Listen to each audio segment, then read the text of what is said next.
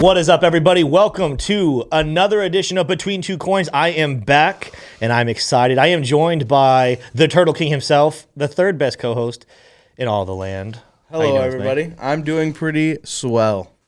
Doing swell. I'm doing swell. Like swollen? You swollen up? Are you inflamed? Perhaps. Oh. You should, not necessarily. Should get that checked out. But it's possible. Yeah. You wouldn't know. I wouldn't know. So. We're joined by Harry Malinsky. Am I saying Malinsky right? Harry Malinsky, a.k.a. That's it. a.k.a. Crypto Vet. Dude, look, he got the blurred look in behind him. And, yeah, we got to do fancy. Shallow depth of field. I like it. I like it. I do like the setup. How's Texas right now? Oh, Texas is absolutely amazing. It's getting really hot though, really fast. We kind of lost we have our 3-week window of like good weather and a little bit of rain, and now I think it's supposed to be 97 on Sunday. So for Mother's Day, we'll be sitting by the pool for sure. Oh yeah, nice. Yep.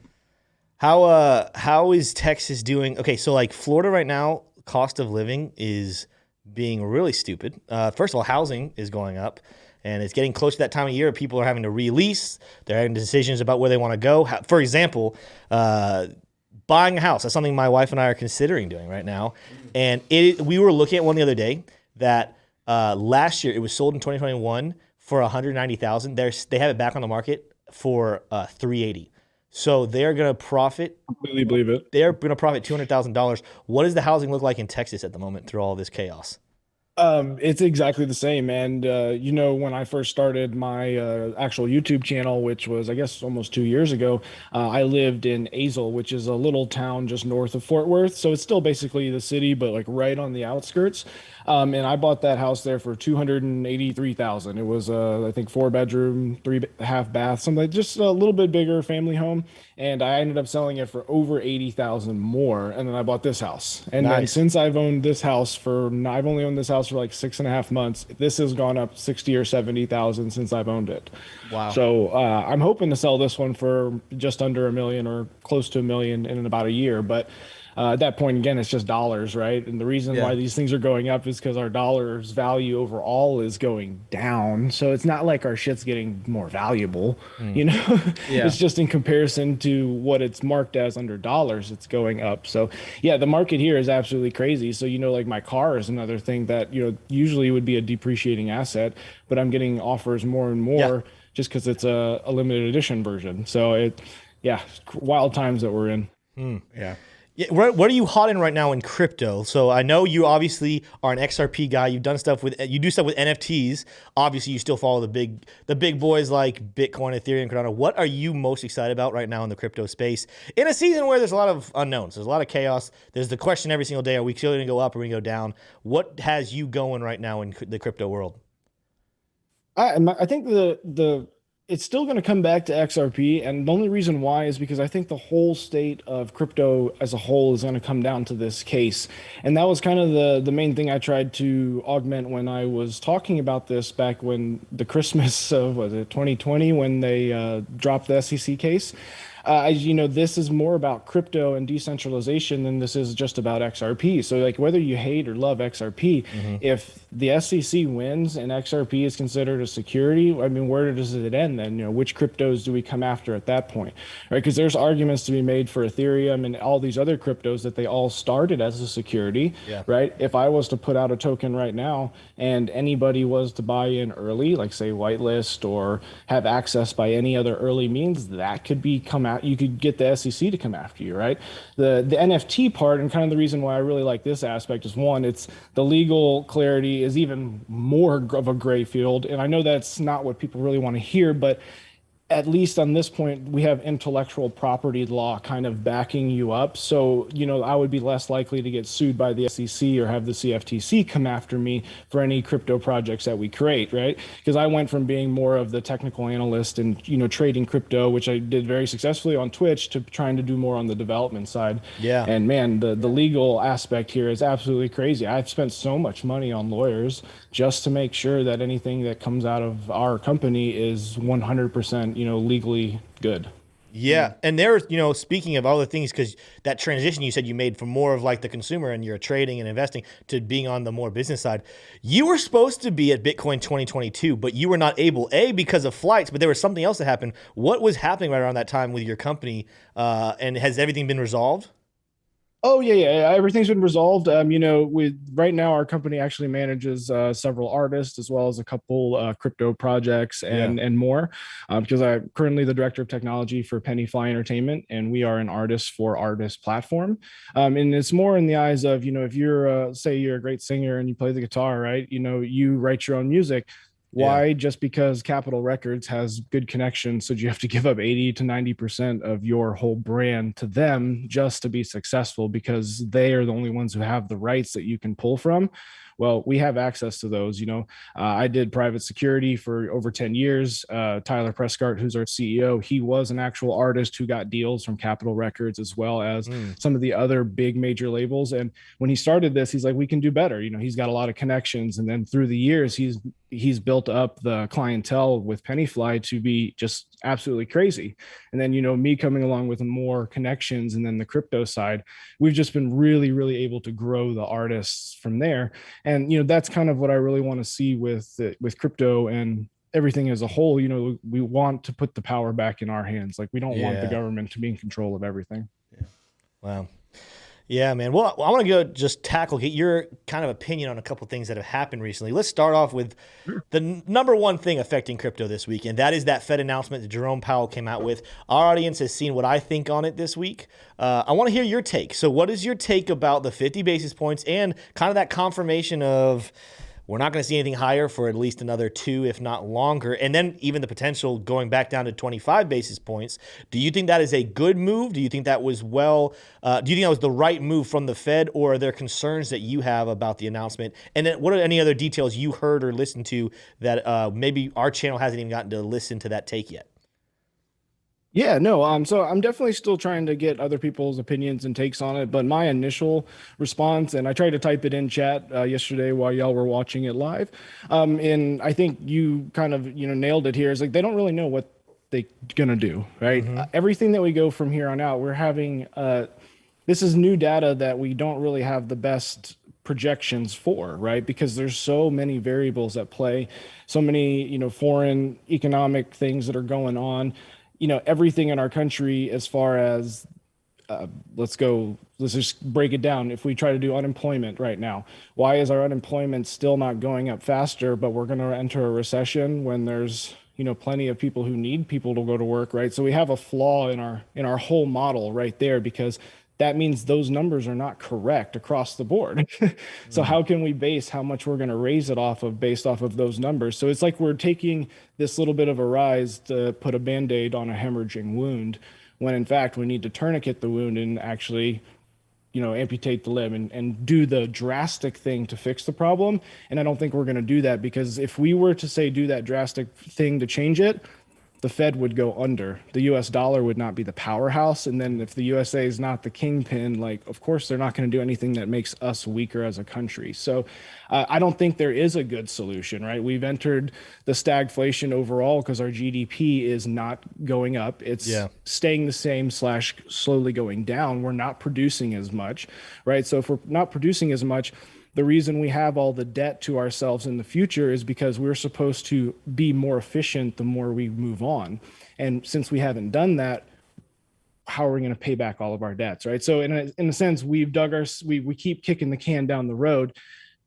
When does it finally crumble? We can kick the can down the road as long as the Fed wants. So that's the part that sucks. They're in control. Yeah, no, and that's the problem, is that they almost are kind of like in a spot where like, hey, just let us just trust us. We're looking at everything. We're going to do it. We're not going to tell you why we're doing what we're doing. We're not going to tell you the details, because someone had comment even on the stream. They're like, Tim, I don't think you know the information that they know. And I'm like, I think they know a lot of information, and then their motivations and their concerns have less to do with actually helping the economy, more to do with what their public perception is. Obviously, it would be great for their public perception to fix the economy, but we got to a place where it just bled so bad that you went farther with the analogy and said, well, it might just be time to amputate. I think we've always used it's time to rip the Band-Aid off, but you went even more severe with, might be time to put the tourniquet on and amputate. And they're not going to do that because, of course, the immediate backlash they would get, the immediate pain that people would feel would scream at them. And so like you said, they're kicking the can down the road. They're more worried about what people think of them and how a person who doesn't understand what's happening is going to feel. Again, we knew this 2 years ago. When we got those checks, we understood, this is very, very helpful for now. We're going to pay for this later. And now later has come and people don't want to pay for it. And the Fed knows they don't want to pay for it. So it's like, well, we'll push later on. And the other thing, I'm going to transition to another question. So I was actually talking with a friend of mine. He's not in crypto.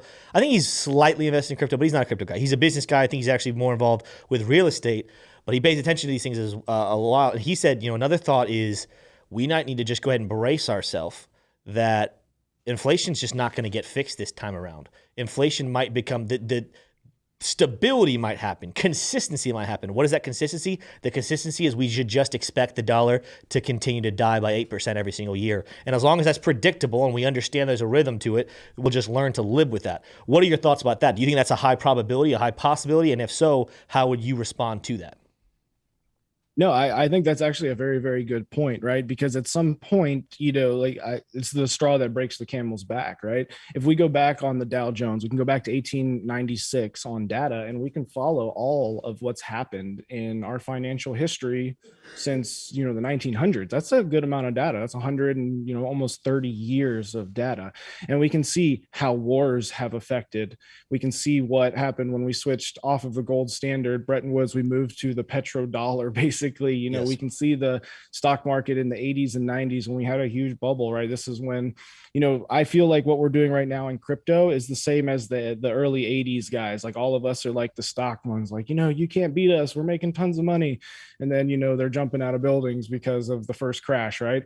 This is like that same time further on. Well, as we watch all of this stuff go, we can also watch the dollar go down from its existence. It's losing its value because it's not backed by anything. Yep. When it was backed by gold previously, right, there was at least something physically there that had to be it.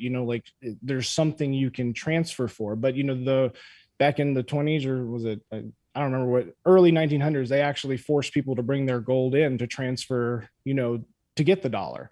Mm-hmm. It was illegal if you kept the gold and didn't use the dollar. So, we could see as this whole progression has gone that this isn't going to last, and we're going to finally fall off that cliff. So if we were to fall off that cliff, something's got to replace the financial system. This is where Bitcoin, can become the standard. This is where crypto can become the foundation of e-commerce across the globe. And in order for that to happen, everybody who wants to have their own coin that's, they're in control of, be the powerhouse, that's always going to end up being our failure, our downfall as society. And that's just the greed. So I hope there's a nice, smooth transition for it. But in the end, it's going to be a bad thing, people who are not going to be able to afford to eat, the tent row in LA is going to get much worse. So it's not going to be a happy time, but in the end, something better will take over. And this is kind of the healing process. You're talking about tent city in LA in California. Well, guess where a lot of Californians are moving? Right out there to Texas. So you're going to start having tent city out there in Texas. Well, it's already here. We have it in Fort Worth and Dallas. Yeah. So Deep Ellum used to be a really nice artsy area in downtown Dallas. And I mean, now that after 10 o'clock, don't recommend going there. There's been shootings, there's tons of homeless on the streets. It's sad, and it's, there's just not an easy fix, unfortunately. Well, I think it's interesting, even what you were kind of getting at there of people, especially I think in crypto, we've been programmed to think very utopically. You know what I mean? We recognize where we're at currently with the dollar is almost dystopian, right? But we always think everything in crypto is the answer to everything, right? And the problem is we don't realize that with the transition to Bitcoin, it's not going to be this glorious moment where everyone's sunshines and parades and is flying up to the clouds with riches upon riches. It's really going to be painful and gritty and dark, and it's because the replacing of one system with another, it leaves kind of a gap where things are very, very painful. And that's the thing that comes with this transition to Bitcoin. And I think I really agree with the idea of saying it's going to take us actually rallying behind Bitcoin as a community. More importantly, because at the end of the day, everyone, like you said, is going to have their project. They're going to have their thing that they want to have their control over. And yeah, you're going to end up with the Litecoins and the Bitcoin Cashes and all these things that are trying to do the exact same thing because they want their system to do it. And at the end of the day, if we're just going to continue to be that sporadic about it, we're not going to be able to replace the system with another system. And then we're just all going to end up, in the dumpster, So that's kind of the way I like the way you put it there. So. Yeah. Thank you. Yeah. No, another thought I had. Got to keep hoping for the best. Exactly. Yeah. Another thought I had. You're talking about earlier, of course, the U.S. dollar being backed by nothing. I know we say that all the time, and I understand why we say it because we're used to it being backed by gold, which is hard money. The truth is, the dollar is backed by something, and this is what I think people need to wake up and get there. Well, you know what it's backed by? It's backed by the word of the government. Because even like what we're going to see happen right now, with what they're trying to do, with what they're doing with interest rates coming in and bringing them up, and they're going to try to influence people to invest back in the U.S. dollar. There's going to be bonds people are going to buy, especially investors. They're going to stop looking, and this is what we're kind of seeing over the last couple hours. NASDAQ's going down, crypto's going down. There's an incentive to kind of shift your investments into bonds. And what you're doing, obviously, with bonds is you're buying debt and you're taking the government at their word. Like when we say the dollar's not backed by anything, the dollar is backed by something. The dollar is backed by the word of the U.S. government. And I don't care who you are, whether you are a Republican, whether you're a Democrat, whether you're on the right, whether you're on the left, whether you're in the middle. I don't think any individual in the United States actually truly trusts the government.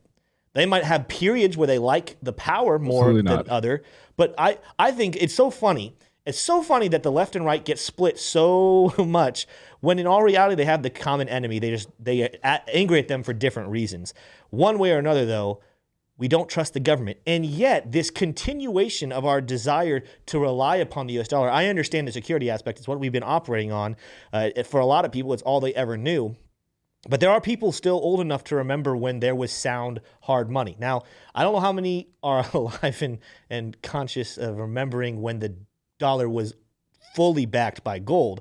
But what they do remember is at least a little more security. And this is the problem, is that dollar is backed by the word of the government. What happens is one central entity then controls and dictates the value and tells everyone what the value is. Bitcoin, what makes it so special, and again, I know this is simplistic, but I feel like people need to be reminded of this all the time, because you can say you know something and then you forget the urgency, is that all of us come together, all of us who are upset with the governments, and it's not just the United States government that we're upset with. We're upset with governments, centralized governments all over the planet. Instead of getting our value from them, we can come together and decide the value of our money. And I love that eventually we will get there. Eventually, it's just the flow of power and the flow of currency is that corruption happens and it distorts and it centralizes authority, but money always finds its way back to the hardest money. Now, the argument could be, I guess, it doesn't have to be Bitcoin. There's nothing magical about Bitcoin that says it has to be Bitcoin. Although I will say, being is that Bitcoin, by definition of what hard money is, would be the hardest money the world has ever seen. Do you think that there is a chance that Bitcoin's not that money, that hard money that money flows into? Do you think there's a chance something else takes its place? I know, for example, Elon, I don't know if he's joking or not, but he'll joke that Doge is that. Do you have a thought about that?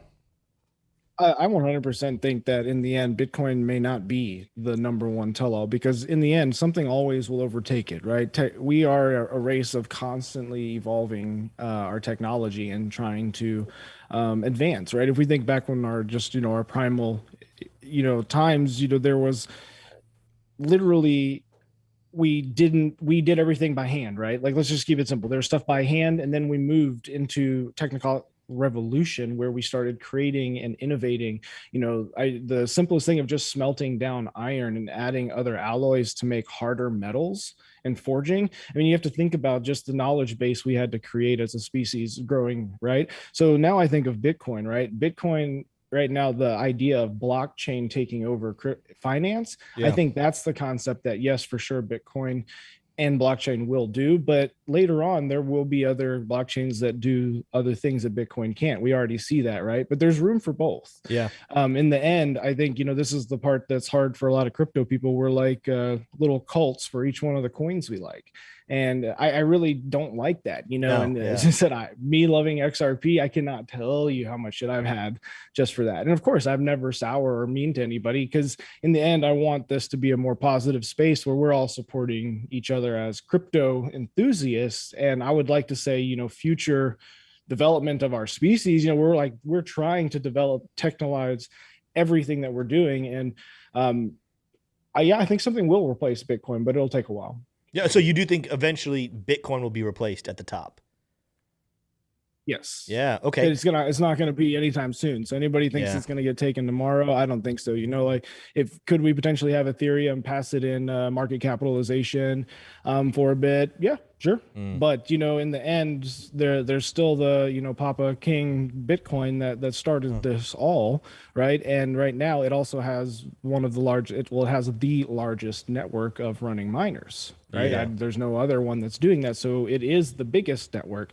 Now, there's arguments that can be made whether it's the most secure and stuff, but in the end, it's still pretty damn secure for what it is. So, right, it is the best form of money we have globally that is widespreadly used. Well, not to mention, there's nothing that is even at the adoption scale of Bitcoin at the moment. Like, I don't see anything in being even close to, not even Ethereum is even close to taking the place that Bitcoin has in the world of already, like Bitcoin's already getting to the point where it's reached its adoption where it can just be used as money, right? Nothing else has really taken that space yet. Nothing's at the forefront of regulators' minds and government's minds, and there's not a country that's adopted anything but Bitcoin at this point in terms of there's not a country that's adopted Ethereum. So there's that to keep in mind. And the reason I think that, that's why I kind of perked up when you're like, well, I think something could pass Bitcoin.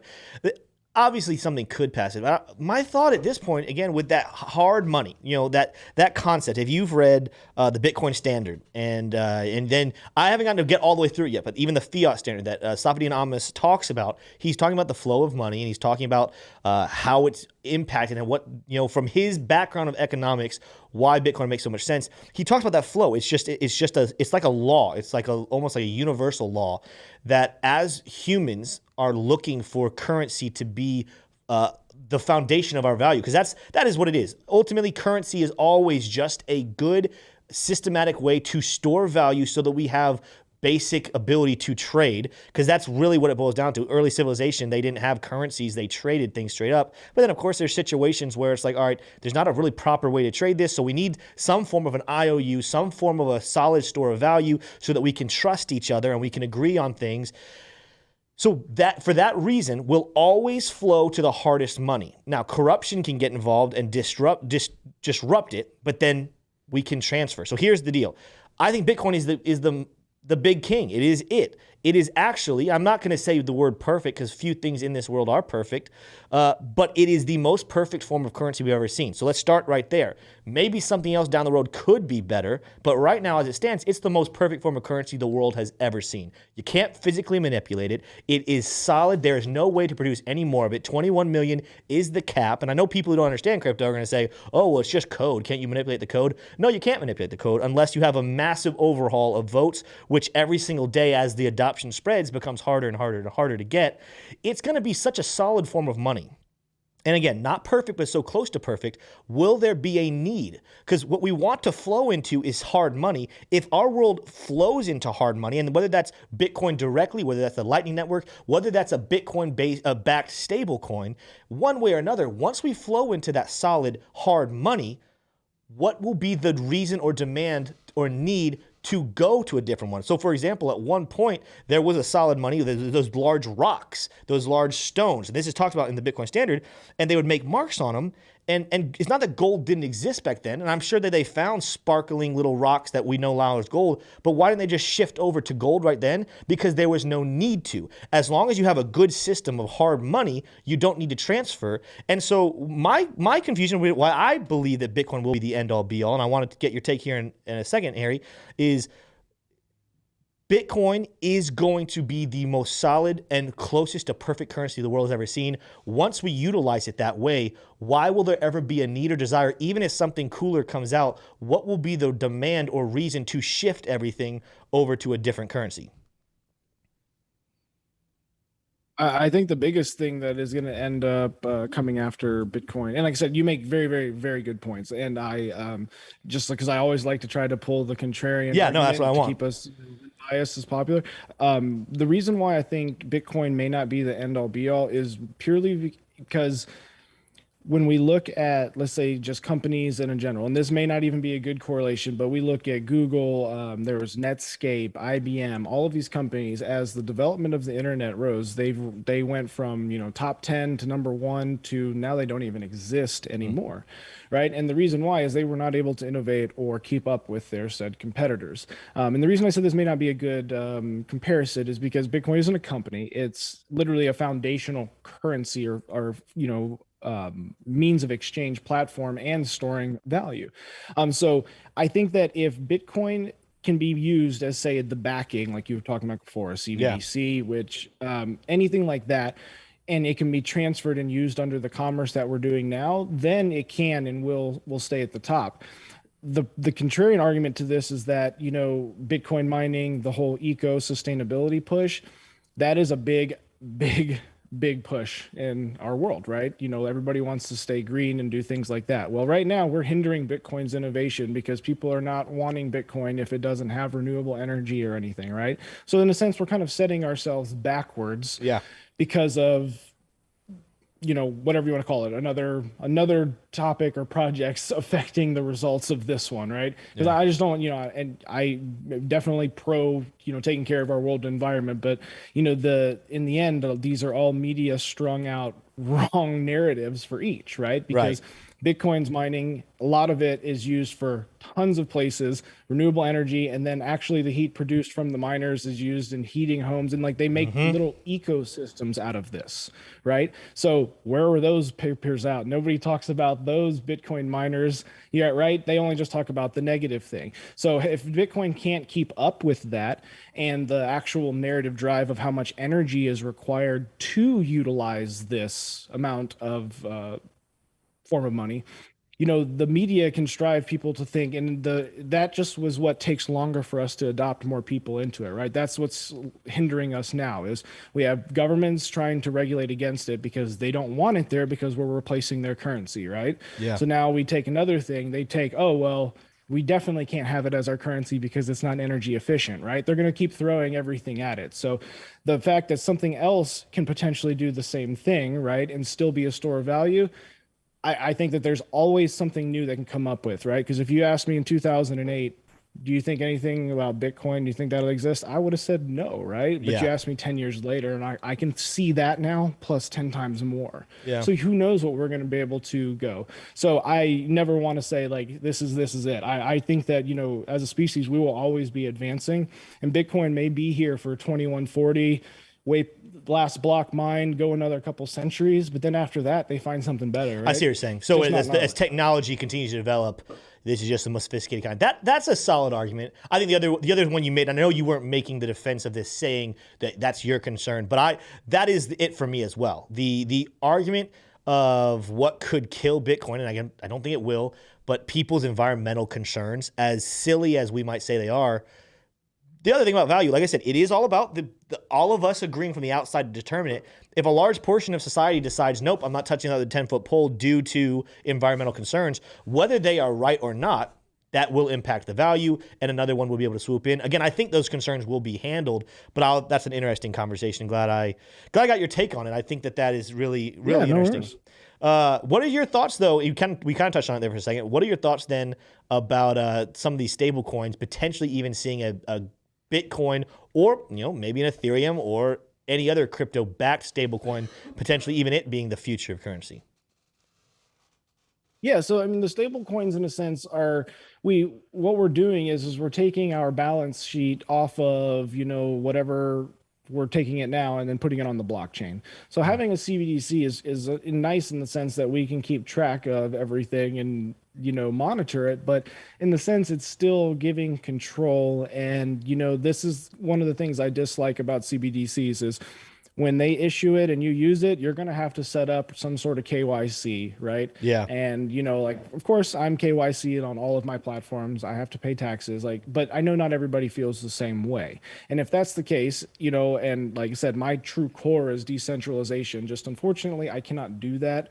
They would kick me out of the country. Right. If I was like, no, I do this on my own. So, as we're, trying to push towards just decentralization here, the government having CBDCs, they're going to be able to track everything that you do, right? Because every single thing. So now let's think of the bots that are going to get created under CBDCs. They're going to start tracking anybody. So let's say there's a wallet associated with Nike. Anybody who purchased that Nike thing, that wallet address is now going to get tagged with a Nike hash. And I'm doing this right now with our whitelist members, because as we whitelist people for certain NFT drops and things like that, I can take your wallet address, and now by using the Ethereum standards, I can put in parameters, and if it's met, well, now what if I want to take that data, add it to an Excel sheet? Now I want to query anybody with this does this. Well, that's what's going to happen. And everything that we're suffering now with Twitter and all these other non-free speech platforms is going to come to here, right? And that's the thing I'm worried about with CBDCs. CBDCs is a way to onboard a lot of individuals who have no idea what they're doing, but in a sense, kind of get their data. So I'm kind of torn. I'm still kind of thinking out scenarios and kind of going from there, but I'm a little worried about CBDCs. Yeah. Personally, As you should be. Yeah, they could definitely help with pushing us towards zero fiat, 100% crypto and Bitcoin, right? So, it's one of those double-edged swords that you just gotta play with delicately. Yeah, that's true. Well, I think in my perspective, right, I think obviously Bitcoin is the next development, right? That's where we're at now. But also there's nothing to say that Bitcoin in its current form is going to be what takes over the US dollar, right? I think the US dollar has a good amount of years left in it. And I think we've not hit a point as a society where we're feeling pain enough that we've hit that point where Bitcoin's going to come in and swoop in and save the day. But even then, like what we were talking about with stable coins, I agree with you on CBDCs. I think it's absolutely horrible. What I do see though is I think the way the technology behind Bitcoin and the way that it works in its current form, I think the next evolution of Bitcoin is it being more treated like gold, like it has been, as that gold hedge against inflation asset, rather than being a money in its own, like a regular exchange money. And so I could definitely see there being, I don't even want to use the word dollar, but I could see there being a money that is backed by Bitcoin. And I think if anything, that would, to me, I think that a stable coin, almost like maybe like Terra USD or something like that, that is its value is backed by Bitcoin, and almost bringing us back as a society to a gold standard, except this time it would be a Bitcoin standard. I could see that absolutely happening, and I think it would streamline the entire process, so where now you don't have to be blockchain savvy as a person, right? You like that. Let's leave that to the government, right? Because I think that's the biggest hurdle right now in crypto adoption is the complexity. It's the user friendliness, and you can always argue that the next generation will get a handle on it, and that's fine. But the fact of the matter is, the path of least resistance is the one that will get taken. So if you can save the complicated details for the governments and the professionals, and now for us as we're exchanging, we're using a Bitcoin dollar essentially. I think it makes it easy. It accelerates the adoption, in my opinion. But I even think you're seeing some of that, like with what we just saw the announcement from Bitcoin 2022 from Strike. I know, Smeh, you've been on record saying that you want it to be simple, a little simpler, because Apple Pay, you just click it, boom. And this one with what Strike has with Cash App, there are probably 2 or 3 steps, but it is getting simpler. Also, with what we're talking about blockchain, I believe that society absolutely needs to grow in the knowledge of blockchain because of things that we talked about on this channel, and I've heard talked about other places. For example, NFTs. So this is where Harry's going to get really involved.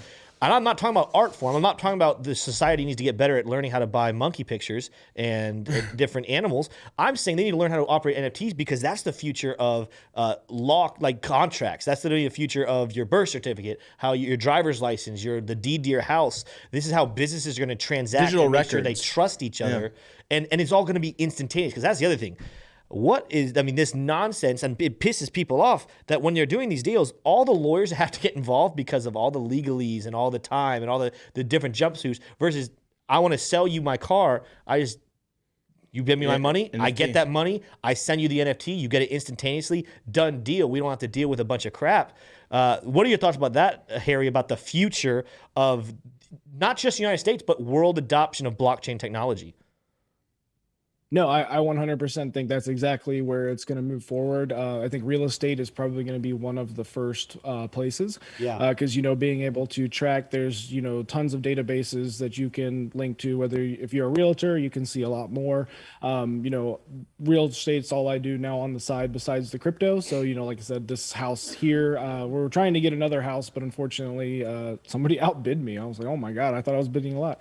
But yeah, when you use NFTs in this manner, again, it cuts out a lot of the friction because a lot of the friction that we've created in the US government everywhere else is these like long strings, like just to get your passport renewed, you got to do this like 90-step thing and it takes like 5 or 6 weeks, right?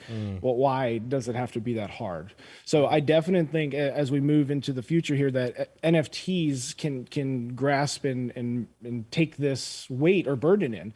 And the whole point of this is understanding the whole definition of, NFT and the roots of it. And in NFT, it just comes down to non-fungible token. Well, what the hell is a fungible token? Well, a fungible token is just any dollar or any regular Bitcoin XRP. If I give you one XRP and then somebody else gives me one and we just keep trading, in the end, we all still have one of that cryptocurrency.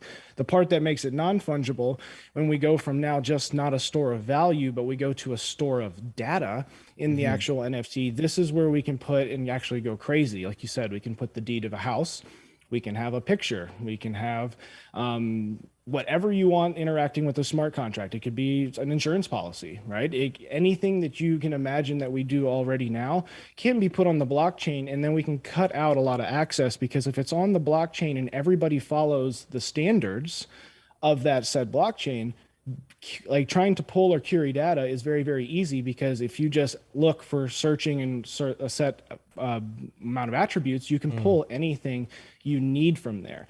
So to move into the future of everything that we're doing, why do we need to have all of these different, I guess, platforms that offer the same thing? Like if you go to a point of sale software at like Macy's, it's going to be different than Kohl's. And the reason why is they want to have their own proprietary thing. Well, because of that, you now don't have access to this data, which makes innovating and progressing harder. So if we start doing everything now on this one standard, we can progress, make everything cleaner, easier, and accountable. People can't duplicate it. They can't falsify it. And I said, in the end, this is the way that blockchain takes over. And I think the adoption will work kind of backwards. This route will have more people get on board over time than just trying to get people to invest in it, because most people just hear about Bitcoin as an investment and they don't understand the rest of it. Yeah. Yeah. Well, I had a question about NFTs for you, Harry, and this is going to change the mood a little bit from more serious to silly. Do you have any advice, both as a guy who knows way more about NFTs than us, and as a former vet? Smay's about to start. He's working on starting an NFT line, all with turtles. And what is the purpose of the NFT line again? It's an art drop for charity, right? So it's just going to be for the turtle conservation. It's going to be basically the top 10 most endangered species of turtles and tortoises, and it's just going to be 10 different pieces of art that you can auction on, and all the money made on that project is going to go to turtle conservation charities. So that's what I'm working on right now. Nice. So, yeah. Okay. Any words of advice for Smay on this? On my venture? NFT journey. It's the when it comes to a project, most people just throw around the utility word. That's all they want to hear about is like, what is it going to do? But I think a lot of people are missing the whole point of what a lot of the NFT communities have done, and that's just built a community. It's a group Yeah. of people who are like-minded, not only in crypto, but also more focused on something more specific. So in this case, saving and helping turtles, helping the environment, right? I'm a vet, so I'm always pro saving animals. Yeah. That's just in me, right? Yeah. So if the biggest thing would be to like, ask the people on the channel, like, hey, if you guys like animal conservation stuff, check out my Discord. And like, this is, we always help the set up a Discord. This is where the actual developers, founders can be very close with the community and interact, right? So for Dash League, our game, or for ESTN, which is the esports side, like I'll hop into the Discords, chat with the different people, like what would you like to see? Like what can we do better? Also host giveaways and things like that. So I think that would be the best thing to do is just starting on the community. When you have a good cause like that, you can tag people outside of the crypto world and just let them know that you're trying to do something to help. I try to attend as many events as possible because there you get to meet awesome people. Like, didn't have the chance to meet you guys in Miami, but, I'll be at hopefully Consensus in Austin. Yeah. I think going to but always in LA and different places. So, I'll get to meet you there. But when you're there, I usually just wear a shirt with like a QR code on the back. And then my phone also has like my Linktree QR code on it. Oh, that's dope. Yeah. And, people see the QR code and they're just curious, right? Like, what the hell is this? And then they get it. And then on there, my Linktree, it's like, if you have more questions, come say hi. I won't bite, Yeah. So Like a turtle would. it's, Yeah. Well, turtles. it's just literally more building the community. Yeah. No, I mean, the biggest thing now, I think this is me just kind of getting my feet wet. I think I'm going to start doing kind of like it's going to be about the art, and it's just going to be, limited run. It's just going to be an auction off of these 10 pieces of art, kind of like, Beeple-esque, just NFT art. And then I think this is going to be based on just being able to get my feet wet, learning more about the NFT community and just kind of talking to people about it. I think this will be my intro into let me just get my feet wet, get some NFTs out, and then maybe actually look into starting an actual kind of like living project, a living, breathing project that continues over time. That is what I'm kind of exploring. Now, the more I've learned, though, the more I've seen it really is like its own business. Like, it takes time. It's like there's actual management involved into it. Yes. So I think I'm a little ways away from committing that kind of time into a project. But in the meantime, keep your eyes out for the turtle NFT drop. If you care about turtle conservation, you can probably you could buy one of these NFTs, limited edition, and pay for some turtles' health and happiness. So that's what it's all about. More than happy to help. And you said when it comes to the time to doing the actual like auction and launch, we've had really good success with a couple different marketing campaigns, and I'll just email them over to you so you can. It's just basically when you announce something to how long should your Twitter run with like a certain promo to have like the most odds. So cool. Yeah, more than happy to help. Awesome. Sounds good. That's cool. So now, just to kind of pivot a little bit, I like to ask this question to all of our guests because usually all of our guests have, since getting into cryptocurrency and getting into that space, they've kind of pivoted into an influencer. They want to talk about it. They want to get involved. So I want to ask you, like, as you've started to build a community around yourself with your, with your projects, or even like with your channel and your different social media platforms, how is being a cryptocurrency influencer now kind of changed the way you see this space, and how has that changed the way you invest in cryptocurrency? That's a good question. I think the biggest thing I've seen since then is I see the dark side of crypto more than I did before because I hear more of the horror stories of people getting tricked and scammed. Yeah. So I think it drives me more to want to help educate. And, me and Kelly always try to do the crypto answered. We wanted to do something that was just, like this, chill and easier. And, we're hoping that we've been able to teach more and more people. So I think that's the biggest thing that's changed. And, it's kind of a heartbreaker because you never want to hear somebody who's, got into crypto, been loving it, follows you and a bunch of other people. And then all of a sudden their ledger got emptied. So that's the part that I think I've disliked the most. But, in the end, that's the goal that we're trying to fight. And I guess the biggest thing in me that's changed since there is I've just wanted to do more. I wanted to dive more into the tech. I wanted to be less just, trying to influence and educate on investing in crypto and understanding it to more, like what else can it do? And it's kind of why I dove so deep into NFTs. And, I mean, at this point, I've been learning how to code and I'm not good at it at all, but it's understanding a lot of the technical aspects that, can really break down why this is so powerful compared to, what we started beforehand. And just like the internet, this is going to go absolutely crazy. Yeah. It's awesome. Yeah. Well, real quick, transitioning over to price. And this, people are watching this either Saturday or later. So this, you got to bear with us on this one. But it's an interesting concept because I didn't see this coming. I made a video actually that, people are going to go back and watch on Thursday. But I want to hear your thought on Bitcoin price at the moment, Harry.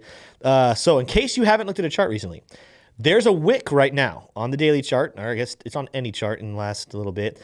We went down all the way to 35,600. What's cool, and we're not going to, people aren't watching the chart here, so I'm going to walk through it. But if you were to go back to the low wick that we had back in January, all the way to that peak that we had here back in the end of March, and you're using the fib retracement, we are sitting right now at the 0.786, which is the last level on the fib retracement before you just go back down to match your bottom and then potentially set a new bottom. Do you think that we're going to see here in the next couple of days or weeks a new bottom for the year, or do you think that we're currently sitting in a bear trap and that Bitcoin is actually about to rally here over the weekend?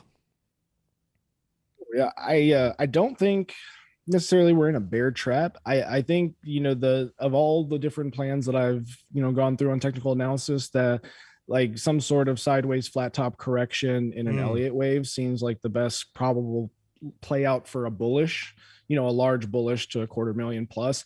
And right now, I think we are chilling either on like the 100-week or 100-day moving average, which, we haven't come back to touch or test since I think COVID was when I was checking. I hope I'm speaking correctly. But right now, I think until we go below about 28,000 instead of lower low, that we're still in the same pattern. And unfortunately, it's just a very long consolidation. So I'm going to still stay on the aspect that I don't think we're going to go back to the 20s.